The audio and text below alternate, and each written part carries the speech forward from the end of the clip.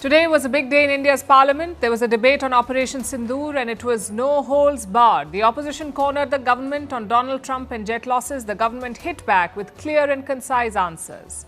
We'll tell you what both sides said. Also, when Prime Minister Modi is expected to step in. Meanwhile, India is pushing on with its China reset. New joint ventures with Beijing have been approved. In the West, there's a breakthrough. The US and the European Union have struck a trade deal. What's in it for both sides? And what is Donald Trump doing in Scotland? Is he there for business or politics? In Gaza, aid has finally started trickling in, but is it too little too late? In other news, Russia and North Korea have restarted direct flights and Thailand and Cambodia have agreed to a ceasefire. What did their 5-day fight achieve? All this and more coming up. The headlines first. France and Saudi Arabia renew calls for a two-state solution. Both nations are leading a high-level conference at the United Nations on the subject. This follows President Emmanuel Macron's announcement last week. France will recognize Palestine as a state in September. China and the US kick off a new round of trade talks today. Both sides are meeting in Stockholm. The talks are expected to last 2 days. Beijing has called for trade based on reciprocity. This comes after the US struck a deal to tax EU imports at 15%. Firefighters battle wildfires across Turkey amid a severe summer heat wave. Over 3,000 people have been displaced so far. 14 people have died over the past week and 19 villages have been evacuated. America's aviation regulator begins investigation into an American Airlines flight that had to be evacuated. Flight 3023 aborted takeoff over the weekend in Denver. The plane had suffered a landing gear issue. Flames were seen around the wheel of the Boeing 737 MAX 8 aircraft. Passengers used emergency slides to escape, including several children. The flight was headed to Miami. Yeah, I'd say 10 to 12 days. I'll announce it probably tonight or tomorrow. But there's no reason to wait. If you know what the answer is going to be, why wait? And it would be sanctions and maybe tariffs, secondary tariffs. You know what a secondary tariff is? Well, I don't want to use the word lying. All I know is we'd have a good talk, and it seemed on, let's say, 3 occasions, it seemed that we were going to have a ceasefire and maybe peace, and you divide it up and you do whatever you have to do, that obviously to get to the end. And all of a sudden, missiles are flying into Kiev and other places. And I say, what's that all about? I spoke to him 3-4 hours ago, and it looked like we were on our way, and then I'd say forget it. A mining company backed by billionaires Bill Gates and Jeff Bezos is reportedly on course to challenge China in the race for critical minerals used in modern technology. The firm is preparing to mine lithium in the Democratic Republic of Congo. The country is estimated to have as much as $24 trillion of untapped resources. The firm also reportedly acquired rights to one of the world's largest hard rock lithium deposits in an area that has seen conflict for decades now and is now reportedly partially under the control of neighboring Rwanda-backed rebel forces. This mining project is perhaps seen as a test of America's new foreign policy under President Donald Trump. Just last month itself, America brokered a peace deal between Congo and Rwanda, remember, which Trump termed as historic. But key details remain unclear, including the extent of US security support and who actually benefits the most from American investments. And despite its rich copper, cobalt, tin, uranium, Congo remains one of the world's poorest countries. For years now, American companies have reportedly stayed away from the Central African country, reportedly due to corruption and instability, leaving room for China to dominate in a way. And now Trump's approach and the ceasefire agreement have perhaps encouraged the Bezos-Gates-backed firm to launch a large-scale exploration project covering over 1,600 square kilometers. But this very site reportedly lies in Congo's most volatile eastern province. Minerals like manganese are already being mined there, often in areas controlled by the M23 rebels backed by Rwanda. Congo's president is reportedly eyeing more Western investment to counter China's growing presence. In February, the country offered mining rights to the US. in return for security assistance. And since then, the Congolese president has publicly praised Trump and even backed calls for him to receive the Nobel Peace Prize. The firm backed by Bezos and Gates in the past has used artificial intelligence, in fact, to locate untapped mineral deposits, a method that helped it discover Zambia's largest copper find in 100 years. But faces tough questions about reports of potential labor abuse, allegedly, environmental damage, and whether its wealthy backers can meet the humanitarian promises. The Congo conflict goes back to the 1994 genocide in Rwanda. Around 2 million Hutus, an ethnic group, fled into Congo afterwards, sparking regional wars, and Rwanda has intervened repeatedly, claiming threats from the Hutu militias. Over 6 million people have died since, mostly due to war, hunger, and disease. Analysts say the fight over Congo's minerals is a major driver of violence, while the UN and Western reports accuse Rwanda of helping rebels to steal and export these resources. Rwanda denies the charge. You may have seen pictures in recent months of ICE agents making immigration arrests in public spaces. Some wearing street clothes, using unmarked cars, and covering their faces with masks. But there's a related headline. A handful of arrests of people posing as ICE officers, in some cases carrying out assaults and robberies and even fake traffic stops. To talk about ICE and its imposters, I'm joined by Jose Olivares, a freelance investigative journalist who's been covering this trend for The Guardian newspaper. Jose, you found or were able to document around half a dozen of these cases. That may be a pattern, but it's not a huge number. Why do you still think this is significant to watch? It's not necessarily a new trend, right? We've seen examples in the past of people pretending to be police officers and impersonating people. But I think the recent escalation by immigration officials throughout the country under the Trump administration has opened this door for criminals to take advantage and to prey on vulnerable immigrant communities that are afraid of these immigration enforcement actions, right? And I think experts are very worried that this rising trend of immigration officers wearing masks to conduct these arrests ends up blurring the line between who is actually an officer and who is a civilian who might be, taking advantage and capitalizing on this trend. In these known cases, what about the why? Are these ever vigilantes trying to go after people they think they should, or are these criminals, as you say? I think we've seen certain rumblings of vigilante groups going after people who are undocumented. But a lot of the cases that we've seen within the past year, within the past few months under the Trump administration, have been examples of people pretending to be ICE officers. Someone in North Carolina, for example, sexually assaulting someone who was vulnerable by pretending to be an ICE officer. Or we've seen examples of people pretending to be ICE officers and robbing people by flashing a badge, or even in one case, kidnapping a person. And so it's not necessarily that they're working in tandem or pretending to be or acting like vigilantes working to arrest immigrants throughout the country.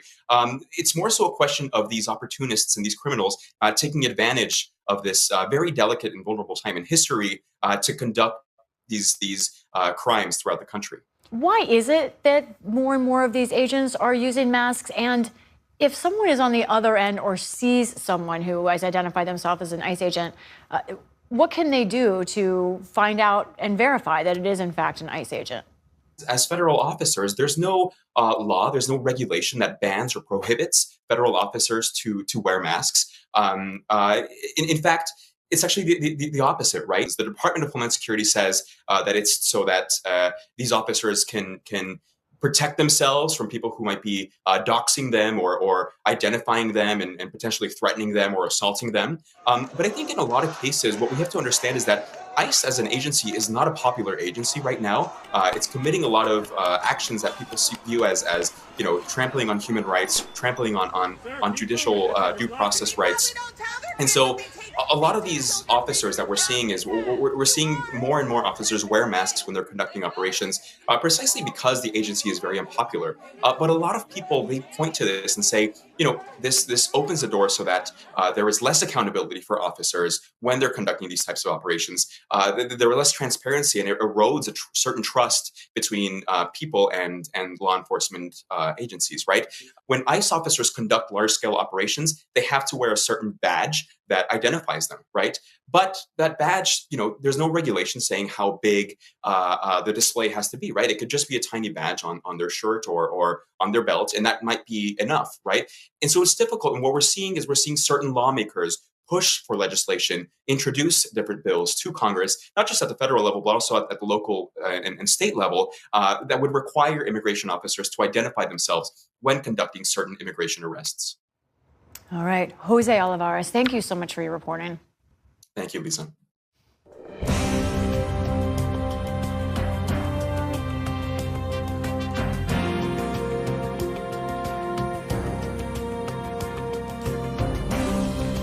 Now for Gravitas Deep Dive.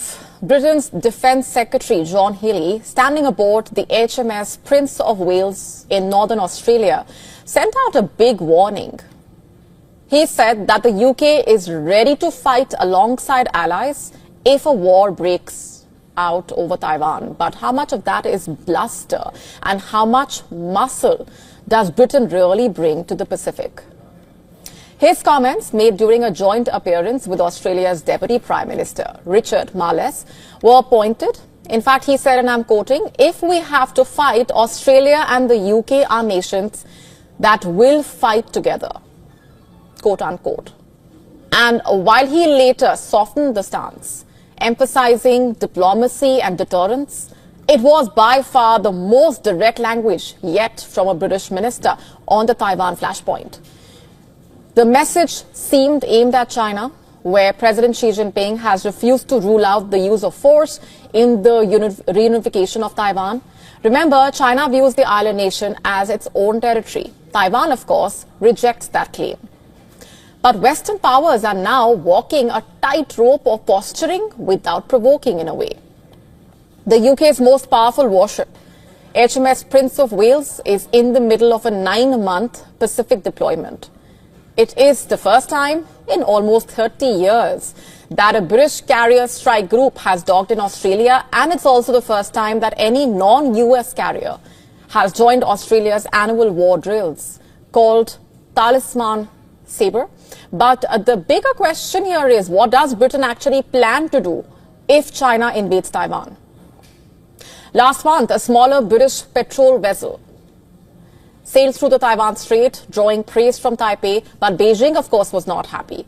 But officials in the UK are also quick to remind that there is no change in Britain's formal position on Taiwan, no commitment to defend it, no promise of direct engagement. And as the Defence Secretary put it, quoting, "We secure peace through strength. And our strength comes from our allies," quote unquote. And that strength now includes the Geelong Treaty, which is a new 50-year pact between Britain and Australia under the AUKUS agreement, pledging to build a new generation of nuclear-powered submarines. So while Britain warns China against escalation, it does so with limited leverage and few actual red lines. So sure, Britain says it's ready to fight, but when push comes to shove, the real message may be this: the UK is watching, sailing nearby and exercising with allies. But the front line over Taiwan, that may be one fight Britain still hopes to talk its way out of. United States President Donald Trump on Monday said he disagreed with Benjamin Netanyahu's statement that there was no starvation in Gaza. Trump spoke to reporters from one of his golf courses in Scotland, where he met Britain's Prime Minister Keir Starmer. Come down on steel and aluminum? Based on television, I would say not particularly, because children look very hungry, but we're giving a lot of money and a lot of food, and other nations are now stepping up. I know that this nation is, right? It's here. a humanitarian crisis. Right. It's an absolute catastrophe.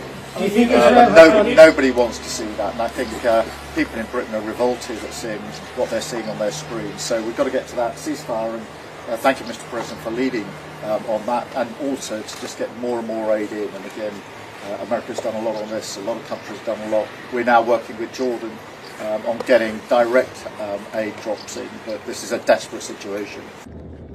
Trump said he believed a ceasefire was possible between Israel and Hamas. Starmer urged the American president to ensure that the US plays a bigger role in tackling the food crisis in Gaza. The UK Prime Minister wants Washington's help in convincing Israel to allow more aid into the enclave. Britain, France and Germany have criticized Israel for withholding humanitarian assistance, but British officials said only the US had the leverage to make a real difference.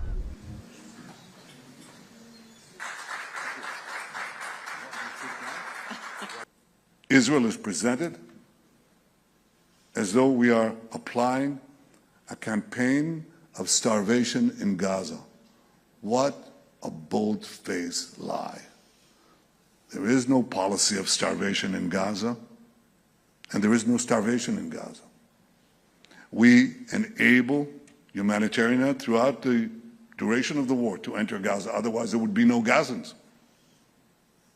And what has interdicted the supply of humanitarian aid is one force, Hamas. Again, the reversal of truth. Hamas robs, steals this humanitarian aid, and then accuses Israel of not supplying it.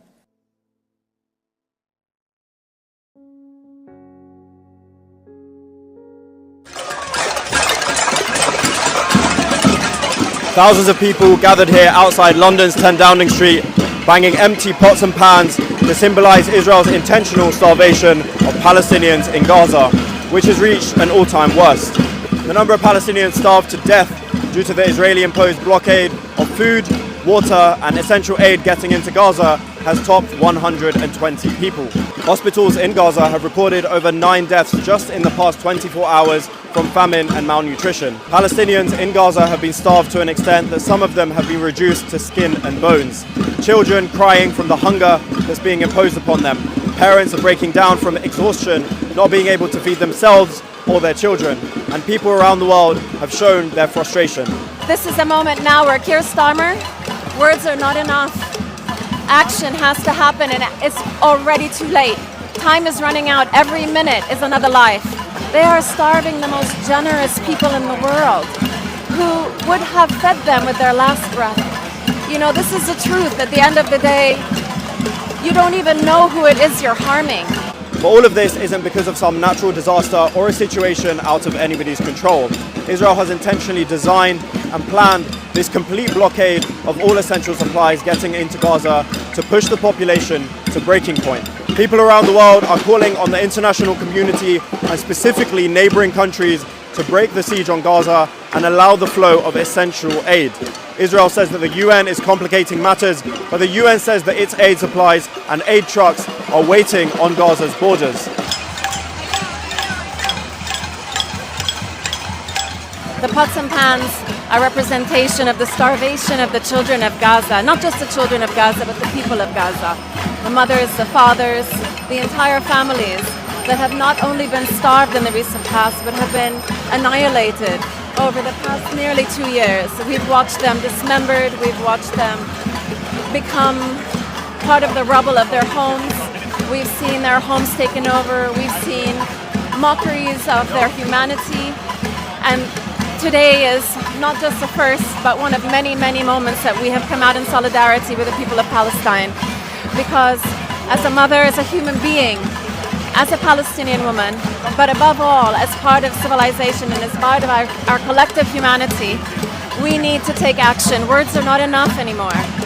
No, words were never enough, and we cannot sit back and watch as all of our brothers and sisters around the world do everything that they can to try and save the people of Palestine, who are completely in a position now where there is no one, there is nothing there to take them out of the horrific situation that they find themselves in. And this is a moment now where Keir Starmer, words are not enough.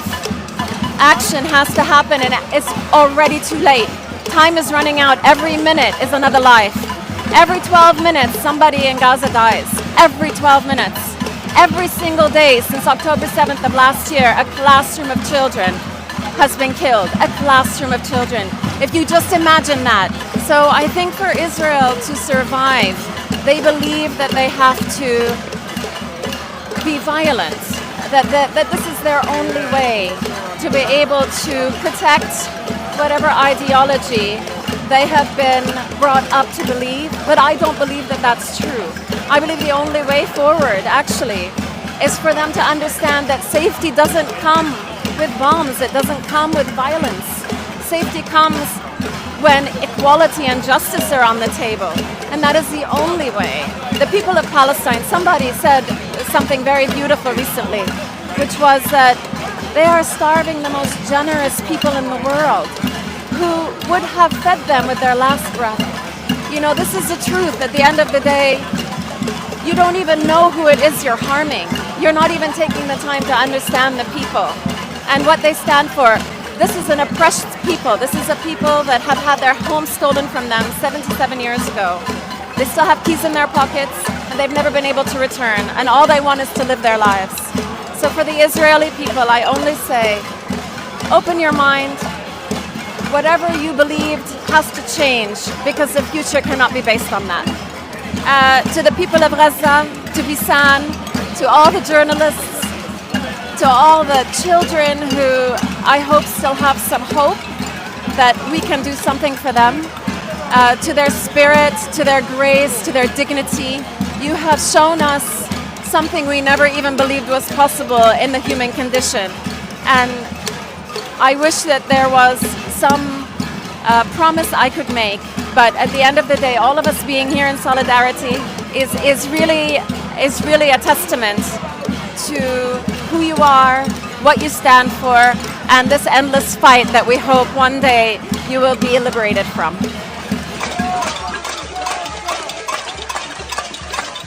Severe flooding has struck the Beijing area and parts of northern China after relentless rains over the weekend. At least 4 people have lost their lives due to landslides. Meanwhile, 8 continue to remain missing. Authorities issued a red alert, the highest level in China's weather warning system, as the rainstorm swept through Miyun district, about 80 kilometers from downtown Beijing, recorded over 315 millimeters of rain within less than 12 hours, the highest amount in the city.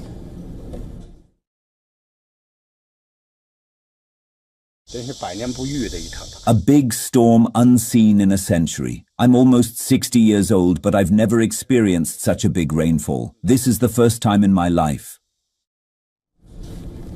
The capital's outskirts, including the districts of Yanqing, Hurui, and Miyun, faced massive flooding that cut off roads and communication.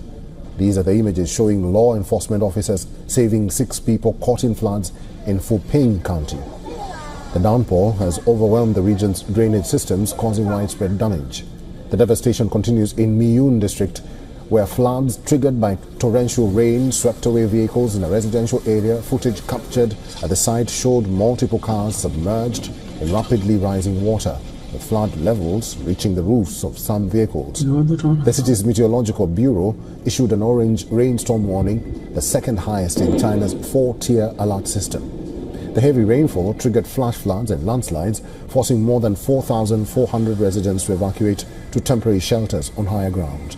Rail services were suspended and key construction and tourist sites were closed as a precaution. Electricity cuts are also affecting more than 10,000 people in that area. Beijing's Miyun Reservoir began releasing water after record rainfall caused its highest inflow in over 60 years. Officials warn of more rain and urge evacuations, embankment checks, and road closures in flood-prone areas. The severe weather also impacted northern Hebei province, where Fuping County saw record rainfall of 375 millimeters in 24 hours. Landslides damaged homes and stranded vehicles, prompting authorities to relocate around 4,600 people to their safety. Power outages hit more than 9,000 households in Fuping after floodwaters destroyed electrical facilities. Emergency crew faced significant challenges due to unstable roads and damaged infrastructure. But that has been conducting door-to-door evacuations and rescues. Authorities are racing against time to carry out rescue and relief efforts during a narrow break in the weather.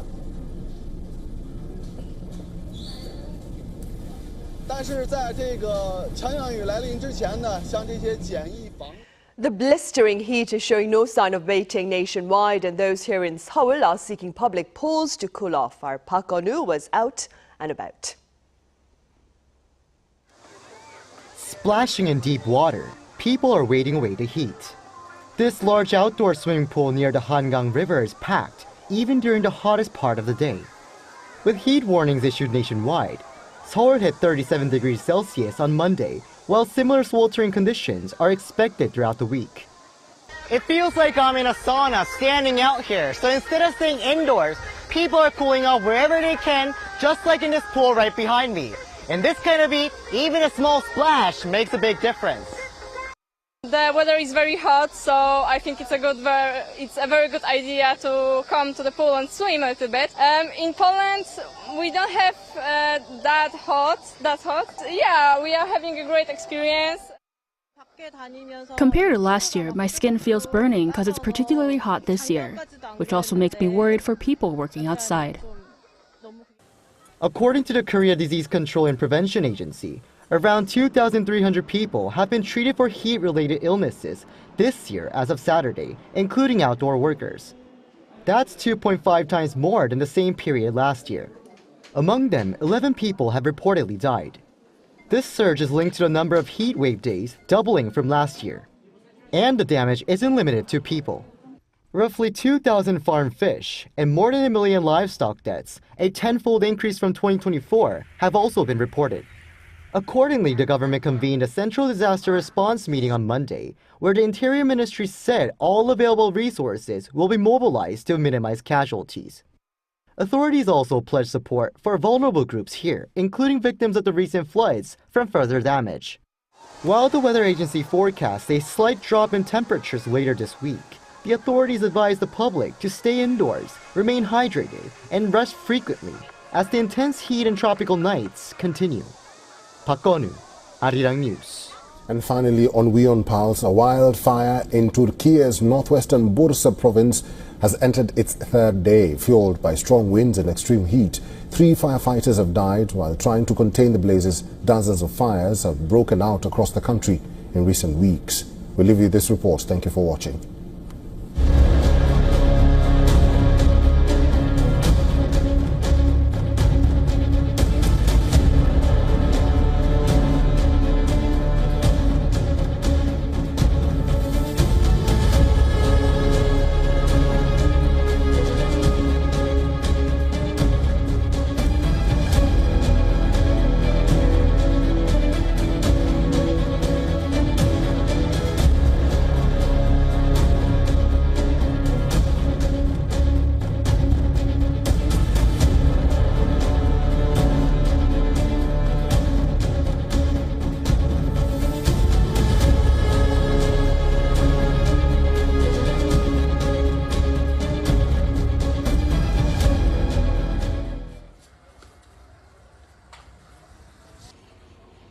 امبارح اللي صار عندنا بمنتصف الليل تقريبا على الساعة 2 ونص تقريبا جو عندنا مستوطنين، مجموعة من المستوطنين هاجمونا، حركوا عندي سيارة ملك لإلي وسيارة لجاري، وحاول أحد المستوطنين التسلق لسور البيت وحاول يدخل جوا البيت ويعمل أعمال لوما لطف ربنا ووجود الأهالي والناس وأهل الحارة، وهربوا المستوطنين بعديها وفلوا من عنا.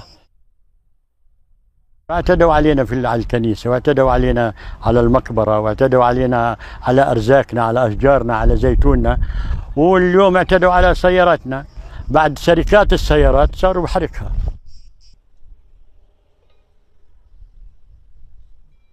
Are you talking to ChatGPT? Maybe you have to think twice. A chilling warning from OpenAI's CEO revealing a legal void surrounding your most sensitive digital confessions in a way. Currently, there are no legal protections to safeguard the highly personal information that you share. In fact, the stark reality remains your deepest secrets divulged to a chatbot could be legally compelled and exposed, leaving you vulnerable. Take a look. ChatGPT has become an indispensable digital oracle, a go-to for advice on relationships, life choices, and even profound emotional struggles. Users, particularly the young, are increasingly treating the AI as a therapist, a life coach, or even a lawyer, pouring out their most personal details into its conversational interface. The perceived anonymity and instant availability foster an illusion of absolute confidentiality. For many, it acts as a digital confession where they can pour out their private thoughts without the fear of human judgment. OpenAI CEO Sam Altman has now unequivocally shattered that illusion. Altman warned that unlike conversations with a human therapist, doctor, or lawyer, interactions with ChatGPT currently possess no legal privilege. This means that if there is a lawsuit or any legal case, OpenAI might have to share those conversations with others, even if they include your most sensitive information. ChatGPT now handles 2.5 billion prompts daily, marking a rapid rise in usage and sparking comparisons with Google. It is a sign of how quickly the AI chatbot has become a major part of daily online activity. But with this new revelation, don't lower your guard. So the next time you feel like telling ChatGPT your secrets, ask yourself, would you say the same thing to a stranger on the street? Bureau Report, WION, World is One.